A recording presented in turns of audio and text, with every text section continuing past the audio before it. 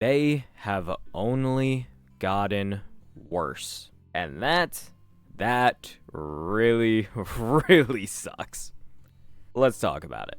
Hello everybody, my name is Christian, and today we are going to be having a talk about signature Lightcones in HSR, and how it feels like most new characters really don't tend to feel complete if you do not have their signature Lightcone specifically. With many characters, and I'm not going to name names, but Remembrance, these characters often feel like they are very different without these signature cones.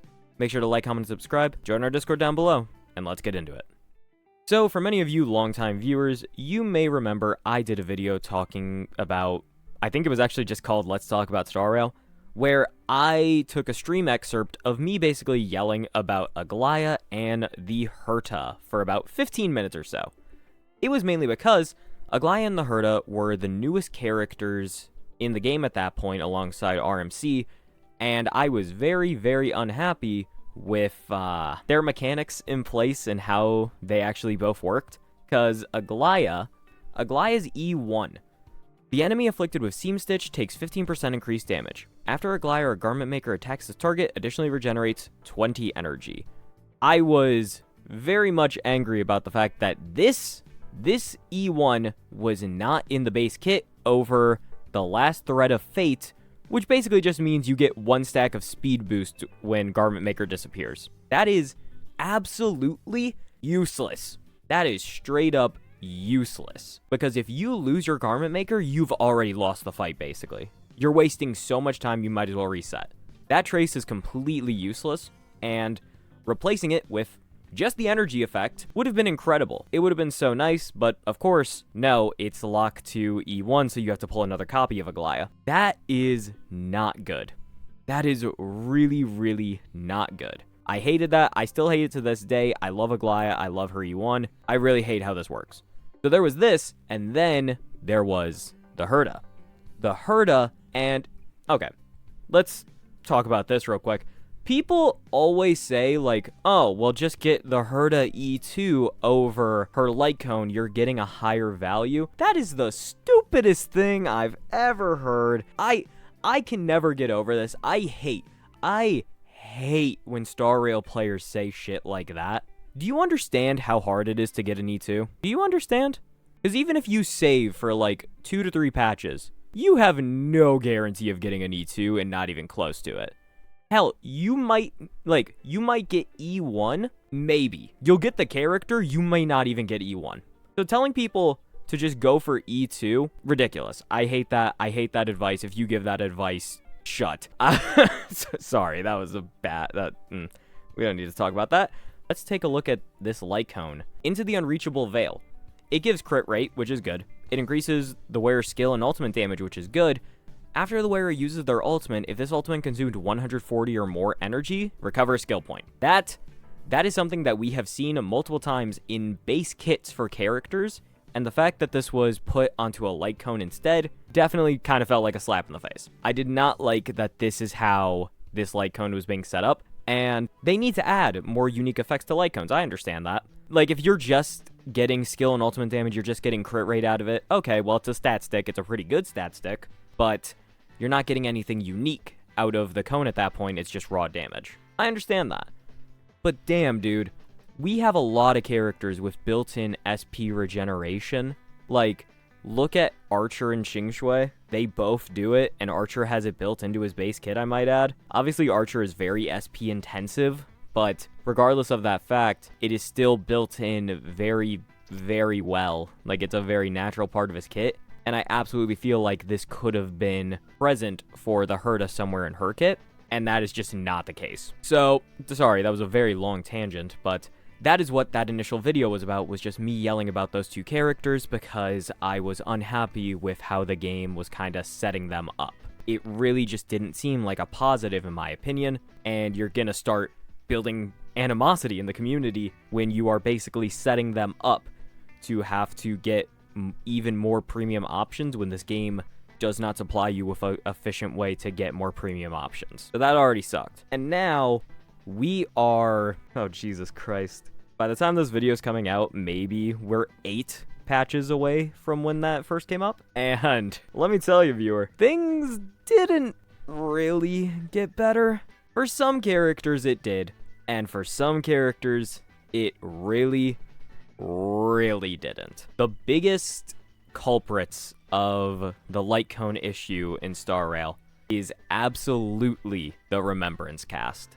These characters are consistently not the same characters when you don't have their Lightcones. They are not the same characters as what you would typically get. And it is to a impressive level, and you will notice it often very quickly after release, like maybe even 1 to 2 patches right after release. It is rough. I have a little list written out here of the characters who really feel like they need their Lightcone. Interestingly enough, the only character in Remembrance, in my opinion, who I can't even say that they function without their Lightcone. So here's the thing. The way I would put it, Hyacinth is a really good character in general, and if you slap her on the Herta cone, she absolutely gets to the 200 speed that you want her at. You can manage that. However, Hyacinth's signature cone is one of the biggest synergy unlocks in all of Honkai Star Rail for Remembrance and the HP scaling meta, and without it, you are often in a consistently worse spot. That being the case is really bad, but again, she's still a good character, and the Herta cone is a very decent replacement for her, so I don't know how to exactly rate that one. Like, I think Hyacinth doesn't have to be on this list. Everybody else, though. Everybody else. No. We're talking about them. The two biggest culprits I'm going to talk about first are, very easily, Castris and Evernight. Castris and Evernight are both HP scaling damage dealers, so they need their HP to be incredibly high if you want to do any substantial damage. The thing is, though, is that for a good while in Star Rail, there was not a Remembrance cone that actually increased HP. And the one that we did ultimately end up getting was actually more for Hyacinth than it was for these two. It is a light cone that increases max HP by up to 32%, I believe, and then it increases Memo Sprite outgoing healing or something like that by like 24%. That being the case is not great because you're just giving them more max HP, and that's literally it. That is actually it. The outgoing healing is completely wasted. And for every Remembrance character besides RMC and Aglaea to need HP, and you've basically made a cone that is entirely only dedicated to one character with its secondary effect, that's not great. I really dislike that, because many of the other options are subpar to just straight up bad. Like, that sucks. And it's also the fact that, again, we have so many HP scalers in Remembrance specifically.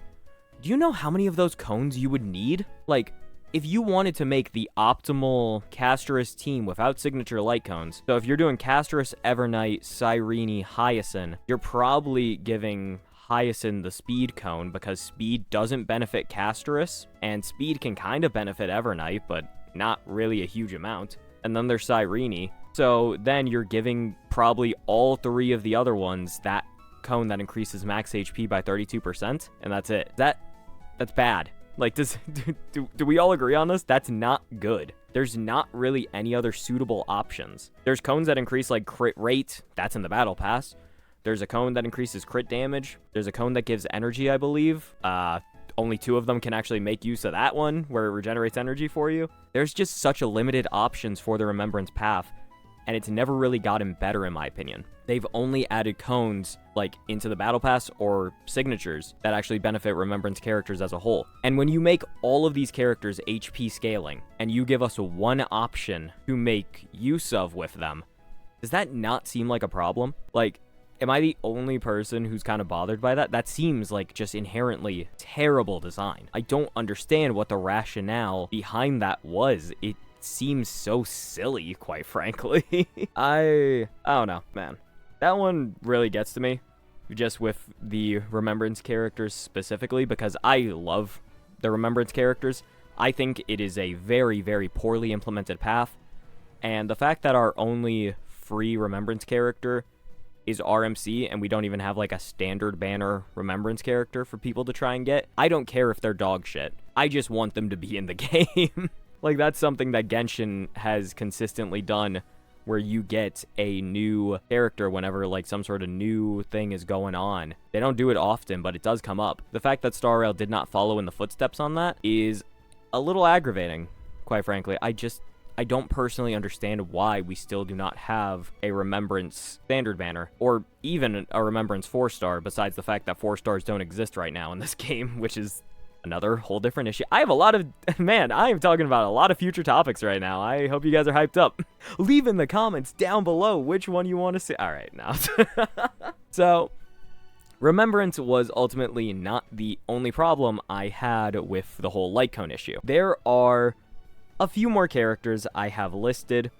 One of them was the Herta, and I really do think it is a bit of a problem how her whole thing works. I really hate that the SP regen just isn't in her kit, because it's really, really good quality of life, like unbelievably good quality of life, and it makes her so much more annoying to play. Like, that one really, really grinds my gears. But we're not going to get on the Herta again. If you want to hear about that, go watch the other video. We will move on to probably... I don't know. This is probably going to be the most controversial character I talk about today. Fäon. Fäon technically does not need his cone. You can say that about every character in this game. The thing is, though, is that Fäon Lightcone is really good for him. His Lightcone of Thus Burns the Dawn, it gives speed, it ignores target defense on all attacks, and lastly,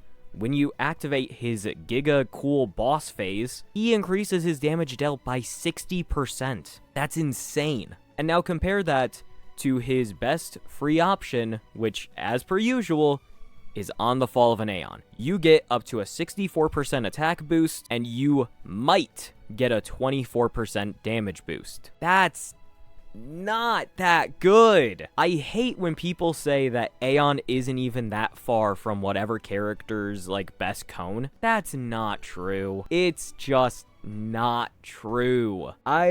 Look, I understand. If you get E2 Fäon, alright, you don't need his cone as much. That's not relatable or just even worth talking about in most cases. His cone is enough of a massive boost that it can actually elevate him to a completely different level compared to normal Fäon, just E0, S0 Fäon. His cone is such an unbelievable, massive benefit to him, and especially in the fact that it gives speed, because it can get him an extra action, and it sets him up even better to get speed tuning, which was the ideal way to play him. You would have like 2 different action advancers to give him a bunch of stacks and to let him skill. That was the way to play him when he came out. For that, having this extra base speed was super nice, and just, I mean, again, 18% defense ignore with 60% damage dealt. I don't need to explain to you why that is incredibly good. I don't need to explain that. But yeah, this is just such an amazing cone for him, and there really isn't a suitable replacement. You are going to be losing an immense amount of value, because let's also just not forget, Fäon cone has the highest base attack in the game. Like, this character, they wanted to make him a god. They wanted to make him a deity. They wanted to make him him. And they reflected that in his complete moveset if you include that light cone. He is unbelievably powerful, and he sets up really, really well with his teams. You don't have that same benefit if you do not have that light cone. Fäon is still an amazing character, but I genuinely think that that light cone makes such a massive difference that it is worth actually talking about. I genuinely think he is substantially worse if you do not have that. The next character I'm going to talk about, he was Mr. Popular on Twitter for a bit because of his light cone issues. And I remember, I think this was part of Kevin's video about light cones, which, by the way, Kevin making that video is what inspired me to finally get off my ass and make this one, because I had been wanting to do this video for literally ages. The person I'm talking about in particular here, is Danheng PT. Danheng PT is a very, very good character, and he is very good in E0 S0. I want to make that clear. He is still fantastic. Most sustains get way more freedom in what they can equip as their light cone without completely shitting the bed. Danheng PT is no different in that fact. His different is substantially different compared to what you would usually get. That's the thing that I want to emphasize. So for those of you who do not know, Danheng PT, he scales on attack. That is not too common, now is it? Most other preservation characters, actually I'm pretty sure every other preservation character, everything is related to defense for them. That's not the case for Danheng PT. It's super unique, I like it a lot. The problem is that we have no suitable options in the entire preservation path that actually make any sense for him to use as a light cone besides his signature light cone. His signature light cone gives a massive attack boost. It gives a damage buff. It heals. And by the way, since it heals, you can actually build him differently as a result of that. I just want to bring that up. You can build him differently because you can rely on the healing from this light cone. That's insane. So now, moving back on, nothing else scales on attack in the preservation path. So that means that most of the light cones are pretty inferior, quite frankly.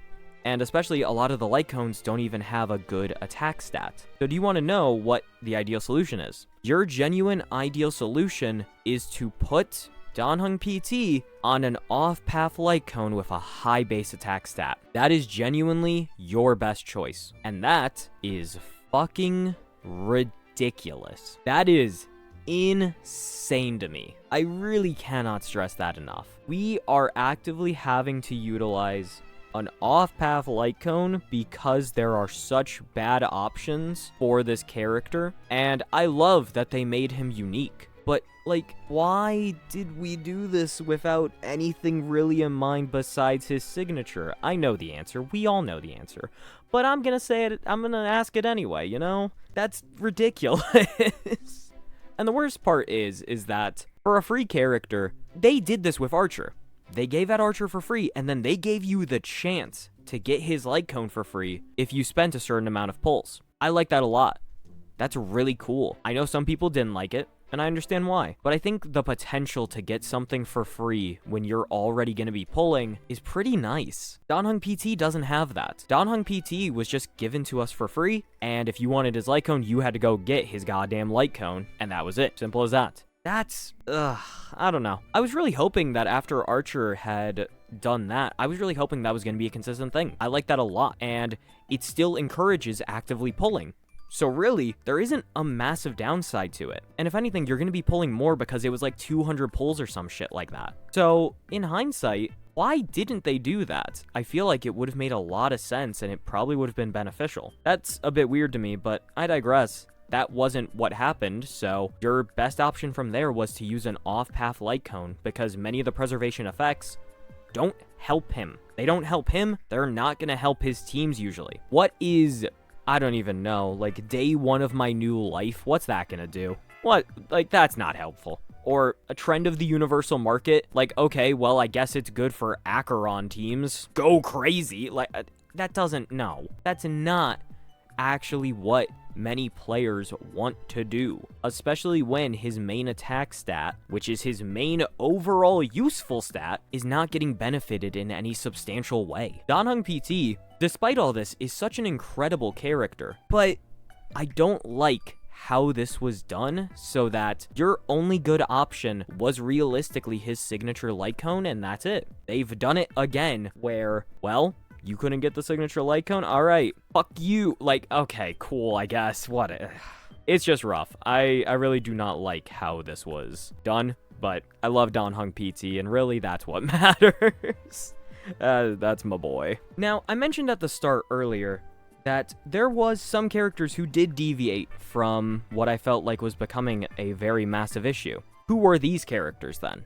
Where are they at and how are they doing? Well, the first two that I'm going to talk about are Tribby and Anexa. Tribby is one of the most unique cases in Star Rail where This is a character who actually doesn't even care about having her signature cone in any way, shape, or form. Her signature cone is good. I always feel the need to stress this. Her signature cone is really, really good. However, despite her signature cone being very good, you have Dance, Dance, Dance, which, with how fast Tribby builds ultimates, is unbelievably good for her. She can spam it constantly. It is actually such a massive benefit to her, to the point that many players don't even see her light cone as good, because you have DDD, which is such an incredible choice for her. So Tribby got out basically scot-free. Tribby doesn't even have to worry about the Eidolon issue. Tribby doesn't have to worry about the light cone issue. Tribby's just vibing, dude. Tribby, hell yeah, Tribby. You're a cancer of this game, but hey, at least you're sick. Then there's Anexa. Anexa is probably the first case in Star Rail history where they've given us a free light cone, and it was actually fucking, like, good. It was actually usable in any way. That's rare. That's so rare. Like, oh my goodness. For those of you who do not know, I believe it's called, like, it's something about Cosmic Enterprise. It has Owlbert on it. What this light cone does is that it increases your attack, and it is very much custom built for Anexa in the fact that for every weakness on an enemy, you get additional damage percent. I wonder who can do that? Anexa is the only one who can really make good use of it, and you actually do feel its effects. It is a decent light cone, which is super surprising considering Ceredra's cone and Robin's cone that were also given out for free are very mediocre.